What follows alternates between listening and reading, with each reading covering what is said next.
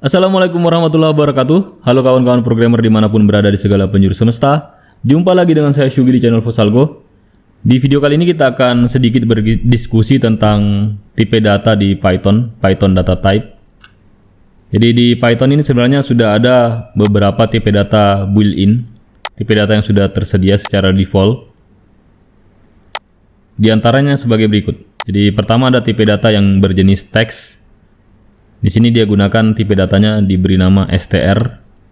Kemudian bertipe numerik atau angka. Kalau di Python kita bisa gunakan int, float untuk bilangan desimal, int untuk bilangan integer atau bilangan bulat. Kemudian float ini untuk bilangan desimal atau pecahan. Kemudian tipe kompleks. Bilangan kompleks ini untuk bilangan kompleks. Kemudian tipe sequence type mungkin berupa dari barisan deret barisan.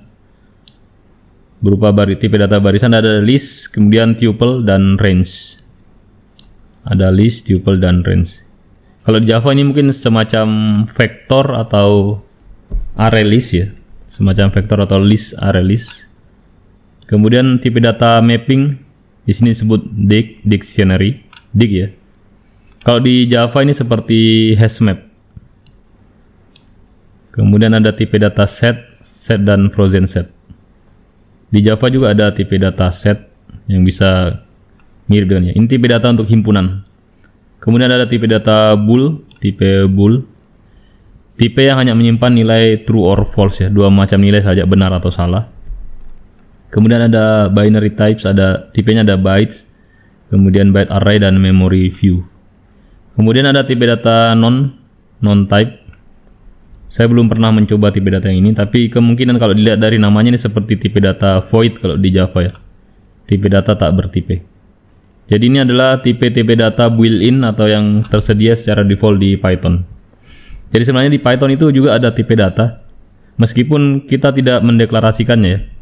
Kenapa kita tidak mendeklarasikannya di Python? Karena Python punya kemampuan untuk mendeteksi secara otomatis tipe data yang kita berikan saat variabel diberikan nilai. Jadi jika sebuah variabel kita berikan nilai, maka variabel tersebut akan dideteksi otomatis tipe datanya jenis apa. Jadi kalau kita isikan string, maka dia akan otomatis mendeteksinya sebagai string. Jadi kalau dilihat di sini sepertinya lebih banyak daripada Java, tapi ini tipe data built-in ya.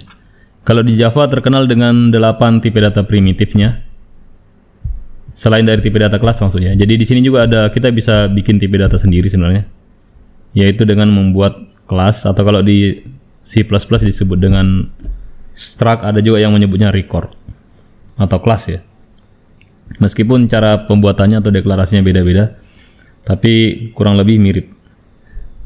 Sedangkan yang di sini adalah tipe data yang sudah disiapkan, yang sudah built-in di Python. Oke, baik. Kemudian di sini ada penjelasannya. Kamu bisa memperoleh tipe dari objek yang menggunakan ini perintah type, menggunakan method atau function type. Jadi function type ini bisa digunakan untuk mendeteksi tipe dari variabel yang diberikan ya. Misalnya di sini kita buat variabel x, kemudian nanti kita deteksi dengan print type x ya. Coba kita buat di sini.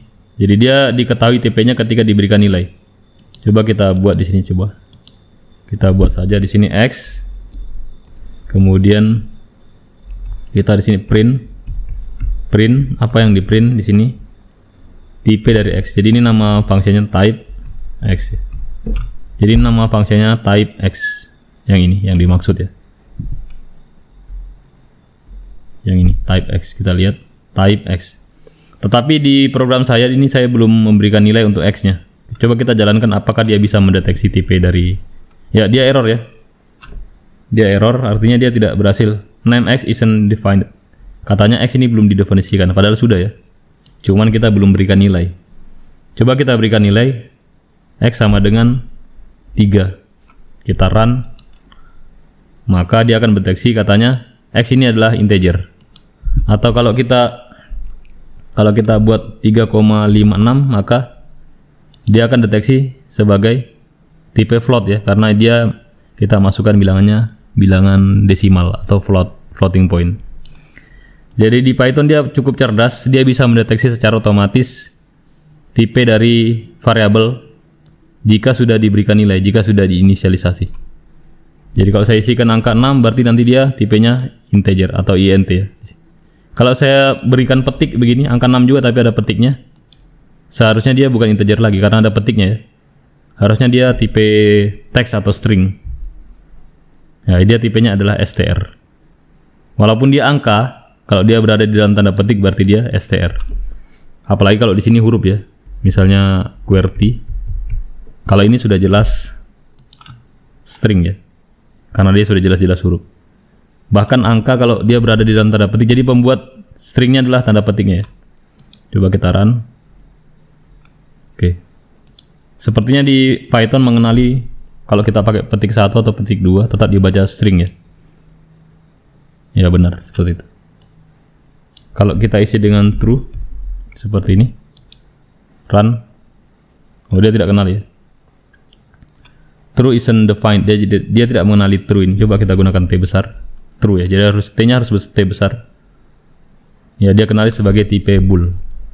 Oke, jadi ini penggunaan method atau function type. Gunanya untuk mendeteksi tipe dari data tersebut. Kemudian kita juga bisa men-set tipe dari data dengan cara memberikan nilainya nih. Sudah saya coba tadi di atas. Jadi dia akan mengenali tipenya pada saat diberikan nilai, diinisialisasi. Setelah ini sama dengan kita tulis nilainya. Jadi meskipun ini sama-sama variabelnya namanya X, dia punya nama yang sama, tapi isinya beda-beda, maka dia akan dideteksi sebagai variabel yang berbeda.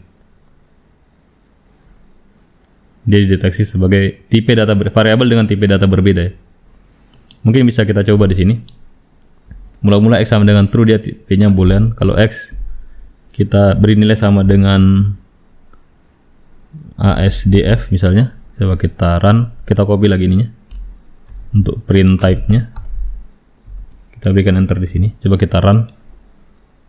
Ya, dia deteksi mula-mula dia deteksi ini sebagai bool, tipe boolean atau tipe true false. Sedangkan di sini ketika saya rubah nilainya, masih variabel yang sama, ketika saya rubah nilainya, maka dia akan berubah menjadi tipenya str. Jadi variabel itu tergantung nilai apa yang kita masukkan, nilai apa yang kita set ke dalamnya, nilai apa yang kita inisialisasi. Jadi tipenya bergantung dari nilai apa yang kita simpan ke dalamnya ya. Dia sangat fleksibel. Kemudian kita juga bisa men-set spesifik data type dengan cara menuliskan di depannya nih. Kalau di Java ini mirip dengan casting ya. Bisa dituliskan di depannya ini, misalnya ini int20. Ini yang sering saya gunakan pada saat saya mau menerima input. Misalnya saya mau menangkap inputnya harus integer misalnya. Berarti saya bisa buat di sini y sama dengan int misalnya 20 ya, 23. Coba kita print y seperti ini. Coba saya run dulu. 23 ya. Coba saya kasih desimal di sini. Saya run. Ya, tetap 23 ya. Meskipun saya isinya di sini bilangan desimal, tetapi di sini saya casting dia menjadi integer, maka yang tercetak adalah bilangan bulatnya saja. Tipe floatnya tidak tercetak. Kecuali di sini saya tuliskan float begini, maka nilainya akan tercetak apa adanya.